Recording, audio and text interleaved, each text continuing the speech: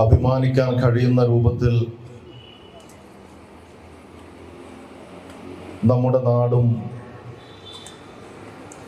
അതിൻ്റെ പൈതൃകവും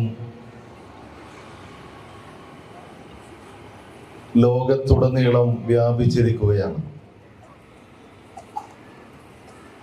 ഈ ഒരു സ്വാതന്ത്ര്യം നമുക്ക് ലഭിച്ചത്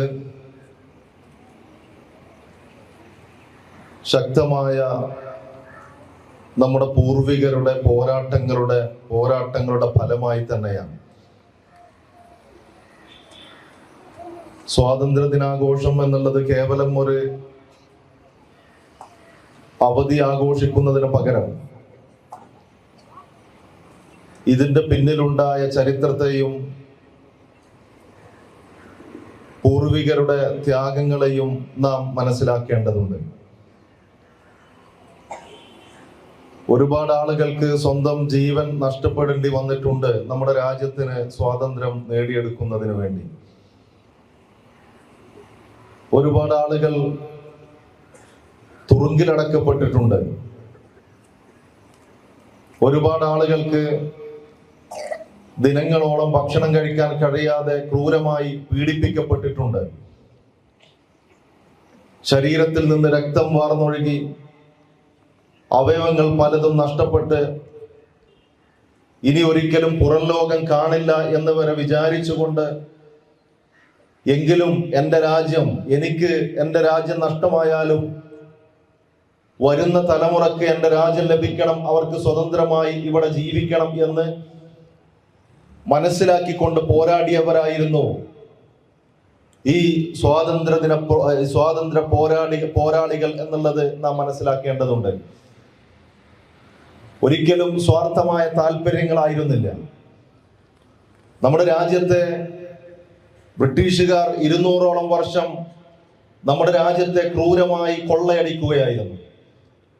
അവർ രാജ്യത്തിന്റെ വിഭവങ്ങൾ ചൂഷണം ചെയ്യുക മാത്രമായിരുന്നില്ല, മറിച്ച് നമ്മുടെ രാജ്യത്തിന്റെ പൈതൃകത്തെയും നമ്മുടെ രാജ്യത്തിന്റെ സംസ്കാരത്തെയും നമ്മുടെ രാജ്യത്ത് ആളുകൾ ജീവിക്കുന്ന സാഹചര്യങ്ങളെയും ഒക്കെ ഇല്ലായ്മ ചെയ്യുവാനും ഈ രാജ്യത്തെ മുഴുവനുമായി ചൂഷണം ചെയ്യാനുമാണ് അവർ ശ്രമിച്ചിരുന്നത്.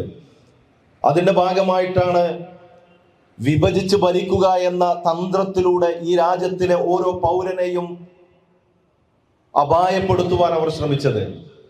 വർഗീയത കൊണ്ടുവരികയും ഇവിടെ ഏകോദര സഹോദരങ്ങളായി മുസ്ലിങ്ങളും ക്രിസ്ത്യാനികളും മറ്റു മതവിഭാഗങ്ങളും ഒക്കെ ഏകോദര സഹോദരങ്ങളായി ജീവിക്കുന്ന നാട്ടിൽ വന്ന് ഓരോ മതക്കാരെയും വേർതിരിക്കുവാനും അവർക്കിടയിലൂടെ മതത്തിന്റെ വിദ്വേഷപരമായ വർത്തമാനങ്ങൾ പറയാനും അതിലൂടെ പരസ്പരം പോരടിച്ചുകൊണ്ട് ഇന്ത്യക്കാർ സ്വയം നശിക്കണം എന്ന ചിന്തയോടുകൂടെ പ്രവർത്തിക്കാനുമായിരുന്നു ആ കാലഘട്ടത്തിൽ ബ്രിട്ടീഷുകാർ ശ്രമിച്ചിട്ടുണ്ടായിരുന്നത്.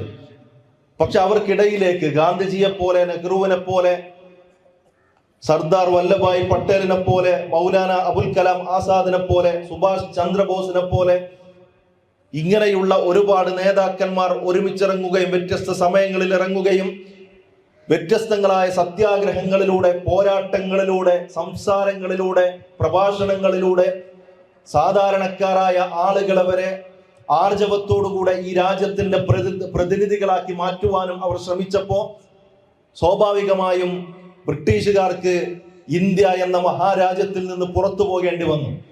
അതല്ലാതെ ഒരിക്കലും ഒരു ഔദാര്യമായി ലഭിച്ചതല്ല, അല്ലെങ്കിൽ ഏതെങ്കിലും നിലക്കുള്ള ഒരു സമ്മാനമായി ലഭിച്ചതല്ല ഇന്ത്യയുടെ സ്വാതന്ത്ര്യം. മറിച്ച് ഇവിടെയുള്ള ഓരോ പൗരന്മാരും ആത്മാർത്ഥമായി പോരാടിയപ്പോൾ അതിന്റെ ഫലമായി ഇനി ഒരിക്കലും ഇവിടെ നിൽക്കാൻ കഴിയില്ല എന്ന് ബോധ്യപ്പെട്ട് തിരിച്ചു പോയവരാണ് ബ്രിട്ടീഷുകാർ. ഇന്ന് നമുക്ക് ബ്രിട്ടീഷുകാരുടെ നിയമങ്ങളില്ലാത്ത ഇന്ത്യ എന്നുള്ളതല്ല യഥാർത്ഥത്തിൽ സ്വാതന്ത്ര്യം. മറിച്ച് നമ്മുടെ രാജ്യത്തിന്റെ അന്തസ്സ് ഉയർത്തിപ്പിടിച്ചുകൊണ്ട് ഓരോ പൗരനും ജീവിക്കാൻ കഴിയുന്ന തരത്തിലേക്ക് നമ്മൾ എത്തുക എന്നുള്ളതാണ് നമുക്ക് ലഭിക്കേണ്ട സ്വാതന്ത്ര്യം. ഞാൻ സൂചിപ്പിച്ചല്ലോ, വർഗീയത ഇന്നും നമ്മുടെ നാട്ടിൽ വ്യാപിച്ചു കൊണ്ടിരിക്കുകയാണ്. ആളുകളെ വർഗീയമായി ഭിന്നിപ്പിച്ചുകൊണ്ട് പോരടിക്കാനുള്ള എല്ലാവിധ തന്ത്രങ്ങളും ഇന്ന് നമ്മുടെ രാജ്യത്തിന്റെ വിവിധ ഭാഗങ്ങളിൽ നടന്നുകൊണ്ടിരിക്കുന്നു. അതിനെതിരെ പോരാടണമെങ്കിൽ വിദ്യാഭ്യാസമാണ് ഈ കാലഘട്ടത്തിൽ ഓരോരുത്തർക്കും നേടിയെടുക്കേണ്ട സ്വാതന്ത്ര്യം എന്നുള്ളത്. വിദ്യാഭ്യാസ മേഖലയിലുള്ള സ്വാതന്ത്ര്യമാണ്. ഓരോരുത്തരും അറിവ് ആർജിക്കുമ്പോൾ, വിദ്യാസമ്പന്നരായി മാറുമ്പോൾ, മനുഷ്യനെയും മാനവികതയും തിരിച്ചറിയാൻ കഴിയുമ്പോൾ സ്വാഭാവികമായും ഇത്തരത്തിലുള്ള വർഗീയ ശക്തികളെയൊക്കെ പിഴുതെറിയാൻ സാധിക്കുമെന്ന് തീർച്ചയായും ഈ കാലഘട്ടത്തിലെ പല സംഭവങ്ങളും സൂചിപ്പിച്ചിട്ടുണ്ട്. ഈ അടുത്ത് വയനാട്ടിൽ നടന്നിട്ടുള്ള ഒരു പ്രയാസത്തിന്റെ പേരിൽ നമ്മുടെ നാട്ടിലെ ആളുകളെല്ലാം ഒരുമിച്ചതാണ്. എന്ന് പറഞ്ഞാൽ ഇവിടെ ഒരിക്കലും ഒരു വർഗീയ ശക്തിക്കും ഇവിടെ നമ്മുടെ രാജ്യത്ത് ജീവിക്കുന്ന ഒരു പൗരനെയും മാറ്റി നിർത്താൻ കഴിയില്ല എന്ന് പ്രഖ്യാപിക്കാൻ നമുക്ക് സാധിക്കണമെങ്കിൽ തീർച്ചയായും നമ്മുടെ നാടിനെ വിദ്യാസമ്പന്നമാക്കേണ്ടതുണ്ട്. ജാമിഅ നദവിയെ പോലുള്ള സ്ഥാപനം ഇവിടെ ശ്രമിക്കുന്നതും അത് തന്നെയാണ്. എൻ്റെ മുന്നിൽ നിൽക്കുന്ന നിങ്ങൾ ഓരോരുത്തരുമാണ് നാളത്തെ ഭാവിയുടെ വാഗ്ദാനങ്ങൾ. നാളെ ഈ സമൂഹത്തെ നയിക്കേണ്ടവരാണ്. ഫ്യൂച്ചർ ലീഡേഴ്സ് ആണ് നിങ്ങൾ ഓരോരുത്തരും.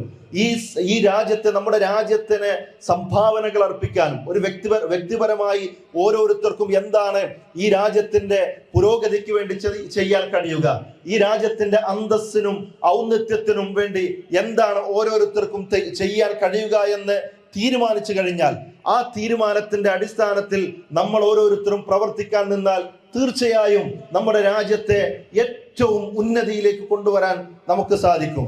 അതിനു വേണ്ടിയുള്ള പരിശ്രമമാണ് യഥാർത്ഥത്തിൽ ജാമിഅ നദവിയ എന്നുള്ളത് ഒരു വിദ്യാഭ്യാസ സ്ഥാപന സമുച്ചയം എന്നതിനേക്കാൾ ഉപരി ഈ രാജ്യത്തിന് സംഭാവനയർപ്പിക്കുന്ന, ഈ രാജ്യത്തെ ഉയർത്തിക്കൊണ്ടുവരാൻ കഴിയുന്ന നേതാക്കന്മാരെ വളർത്തിയെടുക്കുവാനുള്ള ശ്രമങ്ങളാണ് നമ്മൾ ഓരോ വിദ്യാഭ്യാസ സ്ഥാപനത്തിലൂടെയും ചെയ്തുകൊണ്ടിരിക്കുന്നത്.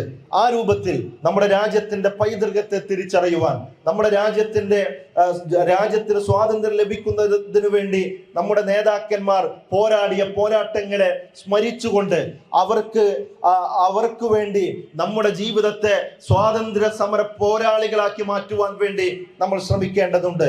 സത്യത്തിന് വേണ്ടി പോരാടുവാൻ, നീതിക്ക് വേണ്ടി പോരാടുവാൻ, സമത്വത്തിന് വേണ്ടി പോരാടുവാൻ, തുല്യതയ്ക്ക് വേണ്ടി പോരാടുവാൻ, അതെ ഈ രാജ്യം എനിക്ക് അഭിമാനമാണ് എന്ന് ജീവിതത്തിലൂടെ പ്രഖ്യാപിക്കാൻ ഓരോരുത്തരും പരിശ്രമിക്കണം എന്നാണ് എനിക്ക് സൂചിപ്പിക്കാനുള്ളത്. Thank you and happy Independence day.